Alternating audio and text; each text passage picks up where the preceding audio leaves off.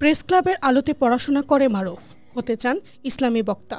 বরিশাল আঞ্চলিক প্রতিনিধি তানভীর মেহেদি।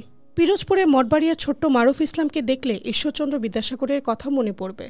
বিদ্যাসাগর রাস্তার আলোয় নিচে গিয়ে পড়াশোনা করতেন। তার কৃতি আমাদের বছরের পর বছর ধরে অনুপ্রেরণা জুগিয়েছে, আজও যোগায়। মঠবাড়িয়া প্রেস ক্লাবের সামনের সড়কে বিদ্যুতের বাল্বের আলোর নিচে বসে মন দিয়ে পড়াশোনা করে চলা মারুফ ইসলাম হয়তো একদিন সবাইকে চমকে দেবেন। প্রতিদিন সন্ধ্যায় পৌর শহরের ৭ নং ওয়ার্ডের মডেল মসজিদ সড়কের মঠবাড়িয়া প্রেস ক্লাবের সামনে গেলেই ছোট্ট মারুফের দেখা মিলবে। চোখে তার অনেক বড় স্বপ্ন আঁকা রয়েছে। বড় হয়ে একদিন ইসলামী বক্তা হতে চান তিনি।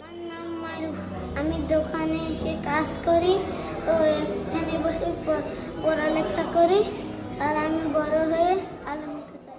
সেই লক্ষ্যে এগিয়ে চলেছেন সমস্ত প্রতিকূলতাকে জয় করে। খোঁজ নিয়ে জানা যায়, আলহেরা মডেল মাদ্রাসার প্রথম শ্রেণীর শিক্ষার্থী সে। তার গ্রামের বাড়ি সদর ইউনিয়নের মাঝেরপোল এলাকায়। পৌর শহরের নিউ মার্কেট এলাকায় বাসা ভাড়া দিয়ে থাকেন তার মা। গর্ভে থাকা অবস্থায় 7 মাস বয়সে মারুফকে ফেলে তার বাবা চলে যান।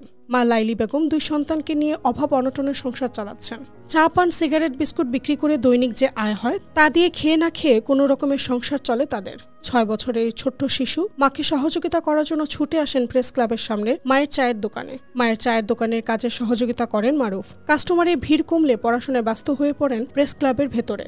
কখনো প্রেস ক্লাবের সিঁড়ি যেন তার রিডিং রুম বানিয়ে ফেলে। মারুফের মা লাইলি বেগম গণকণ্ঠকে বলেন, নিজের সন্তান এজন্য বলছি না, মারুফ ভদ্র ও পরিশ্রমী ছেলে। ভালো কোনো গাইড বই কিংবা কোনো ভালো কোথাও প্রাইভেট পড়তে দিতে পারিনি। পড়ার প্রতি অদম্য আগ্রহ ও মেধা দেখে প্রেস ক্লাবের সহ সভাপতি জামাল আবির তাকে পড়াশোনা করাতে আগ্রহ গড়ে তোলেন এবং আমাকে চায়ের দোকানে ব্যবস্থা করে দেন। কিন্তু অভাবের সংসারে ছেলেটাকে সামনের দিনগুলোয় আর পড়াতে পারবো কিনা সে নিয়ে দুশ্চিন্তায় আছে। পৌর শহরের বাসিন্দা গাজী মাসুদ জানান, প্রতিদিন ব্যবসায়ের কাজে যাবার পথে তাকে দেখতে পাই।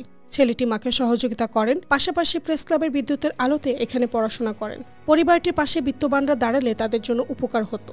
প্রেস ক্লাবের সাংগঠনিক সম্পাদক ইসরাত জাহান মমতাজ গণকণ্ঠকে জানান, শিশুটি তার মায়ের সাথে এখানে আসেন।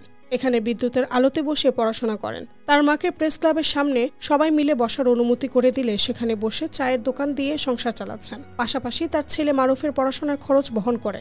তার মা আমাদের এখানে টুকটাক কাজ করে থাকেন, তার বিনিময়ে আমরা তাকে একটি পারিশ্রমিক দিচ্ছি। পরিবারটির সরকারিভাবে সহযোগিতা দরকার।